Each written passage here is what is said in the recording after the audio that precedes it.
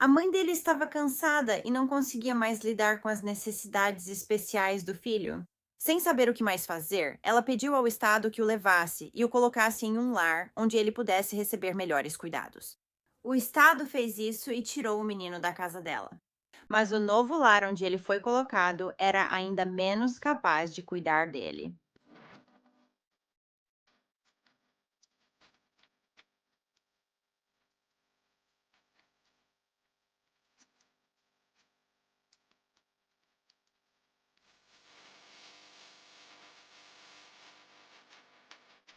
Bem-vinda ou bem-vindo de volta. Eu sou a Cassie e este é Um Mundo Cruel.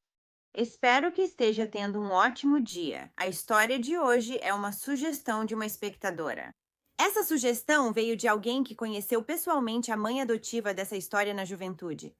Coisas terríveis aconteceram com o menininho do caso de hoje, porque, mais uma vez, as devidas verificações não foram feitas na casa adotiva onde ele seria colocado. Nesse caso, isso era ainda mais importante pelas necessidades especiais dele. Este é o caso de Marcus Faisal.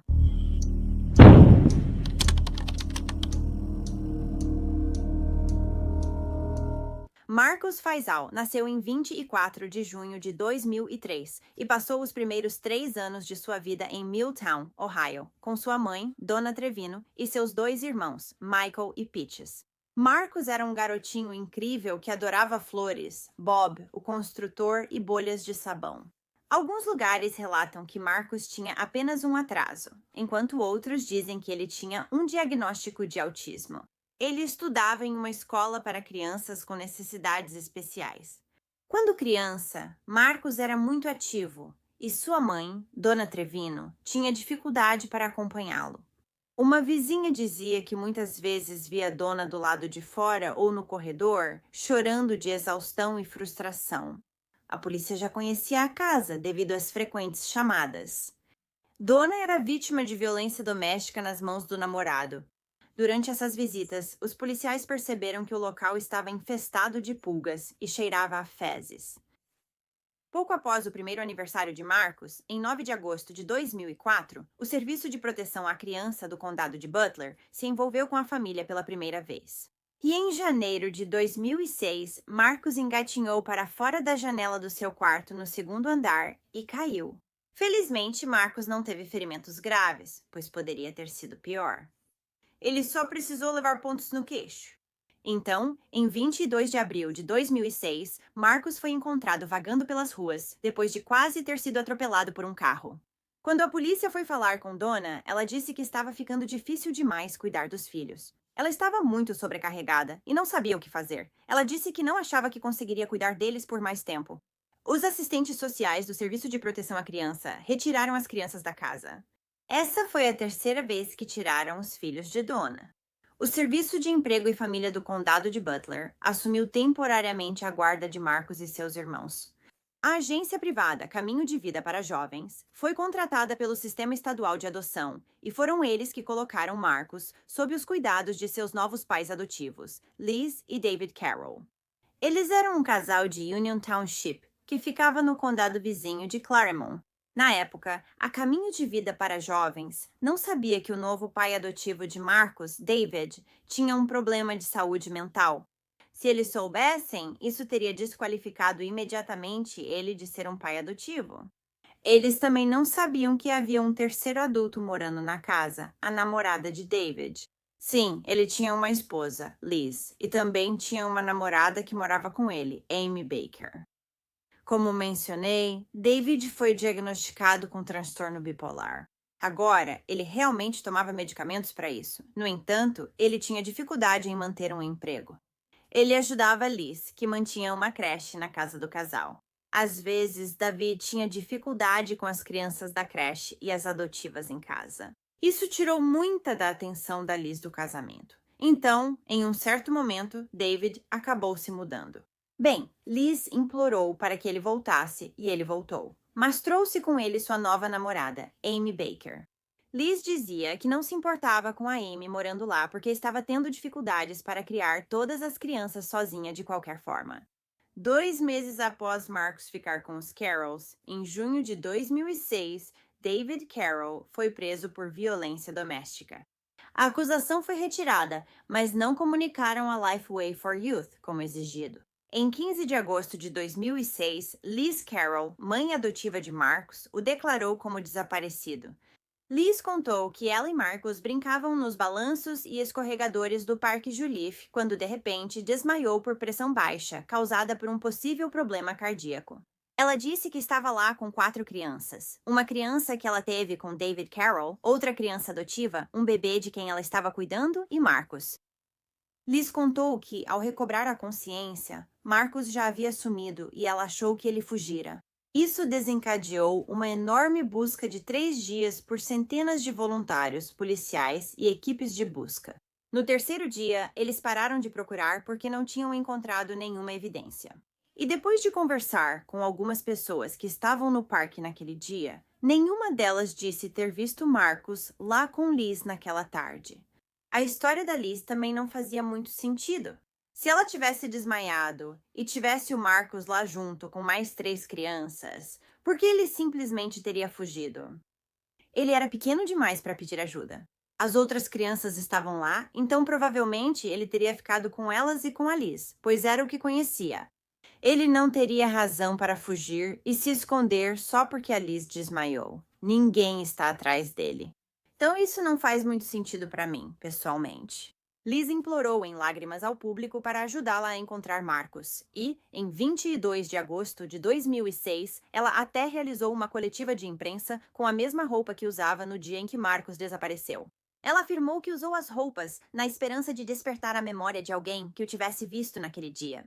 Liz afirmou em sua declaração: Peço que qualquer pessoa que me viu com meus filhos, ou me viu, ou viu Marcus, por favor, entre em contato com as autoridades. Ela continuou: Marcus é meu filho. Sei que muitos veem o acolhimento familiar como temporário, mas por favor, levem-no de volta ao hospital.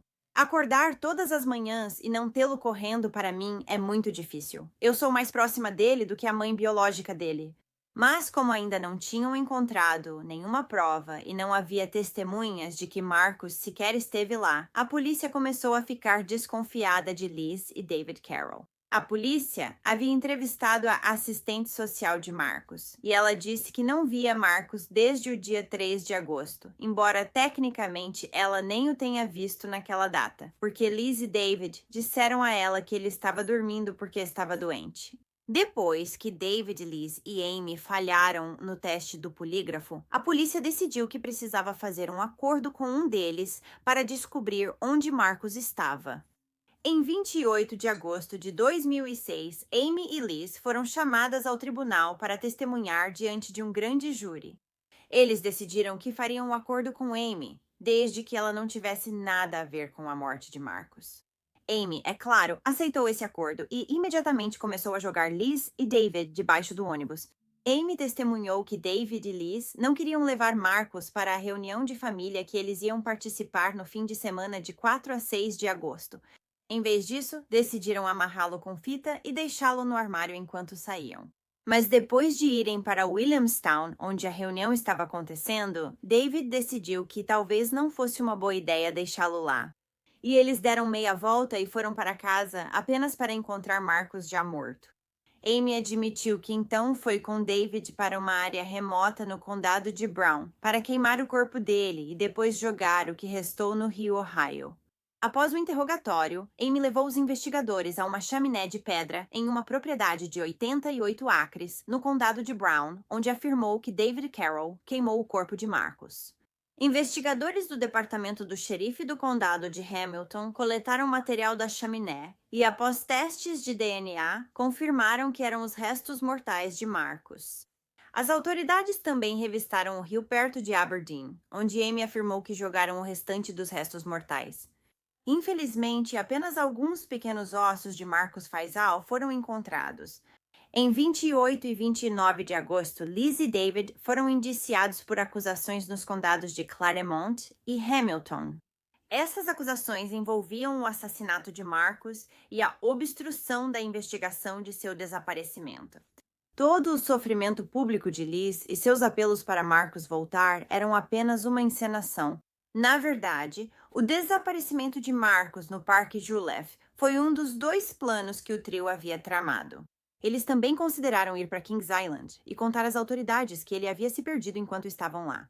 Liz afirmou que eles estavam, abre aspas, tentando descobrir como iriam inventar uma história sobre como ele havia desaparecido e quem seria a pessoa responsável. Ela disse que no final foi escolhida como a pessoa que deveria ter perdido o menino no Parque Julif. No dia em que Liz supostamente desmaiou, Marcos teve uma visita com uma assistente social menos de uma hora depois. Como já haviam dispensado uma assistente social dias antes, que queria ver como Marcos estava, os Carroll sabiam que precisavam agir antes que outra viesse procurá-lo novamente. Tudo foi planejado o tempo todo, e ambos os pais adotivos foram acusados.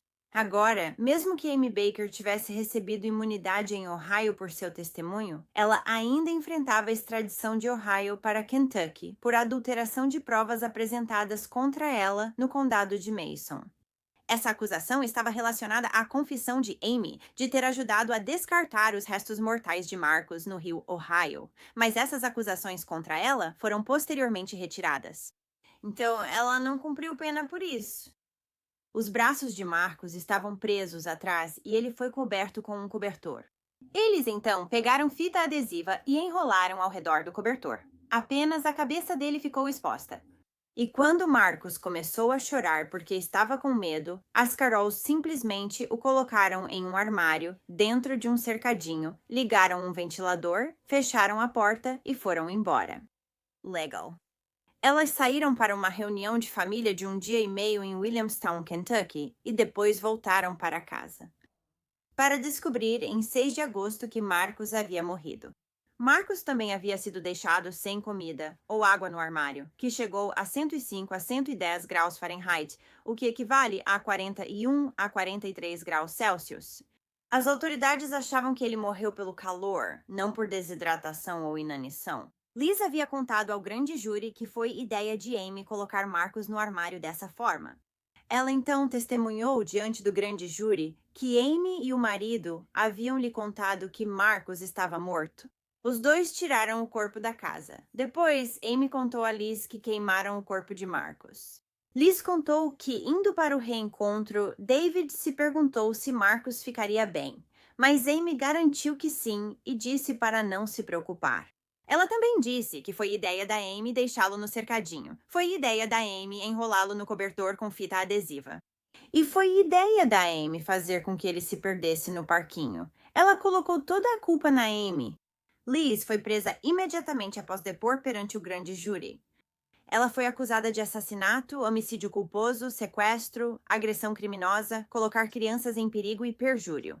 As acusações de perjúrio contra ela vieram do fato de ter mentido para o grande júri. Quando perguntaram a Liz se Marcos estava morto ou vivo, ela respondeu, não sei, mesmo sabendo. Dias depois, em 6 de setembro de 2006, um grande júri indiciou David Carroll por múltiplas acusações. As acusações eram homicídio, homicídio culposo, sequestro, agressão criminosa, colocar crianças em perigo, além de abuso grosseiro de um cadáver.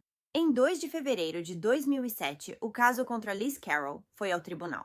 A sala do tribunal estava cheia de repórteres, fotógrafos, advogados e outros juízes, muitos sentados no banco do júri ou em pé junto às paredes. Emissoras de televisão transmitiram a audiência de instrução. A mãe biológica de Marcos, Dona Trevino, também estava no fundo do tribunal, consolada por outros familiares. Antes de ser sentenciada, Liz pediu desculpas pelas mentiras que levaram milhares de pessoas a procurar por Marcos. Ela também insistiu que não matou Marcos.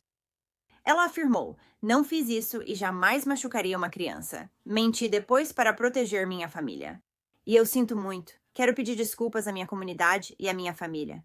Liz foi considerada culpada de todas as acusações em 21 de fevereiro de 2007 e ela foi condenada a cumprir separadamente uma sentença de 10 anos por sequestro, mais 8 anos por agressão criminosa e 21 anos por 3 acusações de colocar crianças em perigo. Liz só poderá pedir liberdade condicional aos 84 anos. Então, David Carroll aceitou um acordo judicial e se declarou culpado de assassinato e abuso grosseiro de um cadáver. As outras acusações foram retiradas como parte do acordo.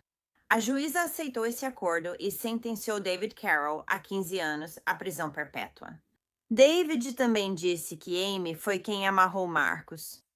Amarrações semelhantes já haviam acontecido no passado, devido ao comportamento indisciplinado dele, na visão deles. Ele só nunca tinha sido deixado sozinho em um armário, especialmente por um período tão longo. David também disse que Amy foi quem o amarrou com o cobertor e a fita, mesmo ele estando presente na hora. David e Liz estão detidos no Centro de Justiça do Condado de Hamilton. Liz ainda nega seu envolvimento e culpa Amy. Eu não tenho certeza. Parece que talvez Liz e David estejam trabalhando juntos para tentar culpar Amy por tudo isso, ou talvez Amy esteja mais envolvida do que sabemos. Uma investigação do Departamento de Emprego e Serviços à Família de Ohio responsabilizou a Lifeway for Youth, provedora de acolhimento de New Carlisle, por colocar Marcus com os Carrolls.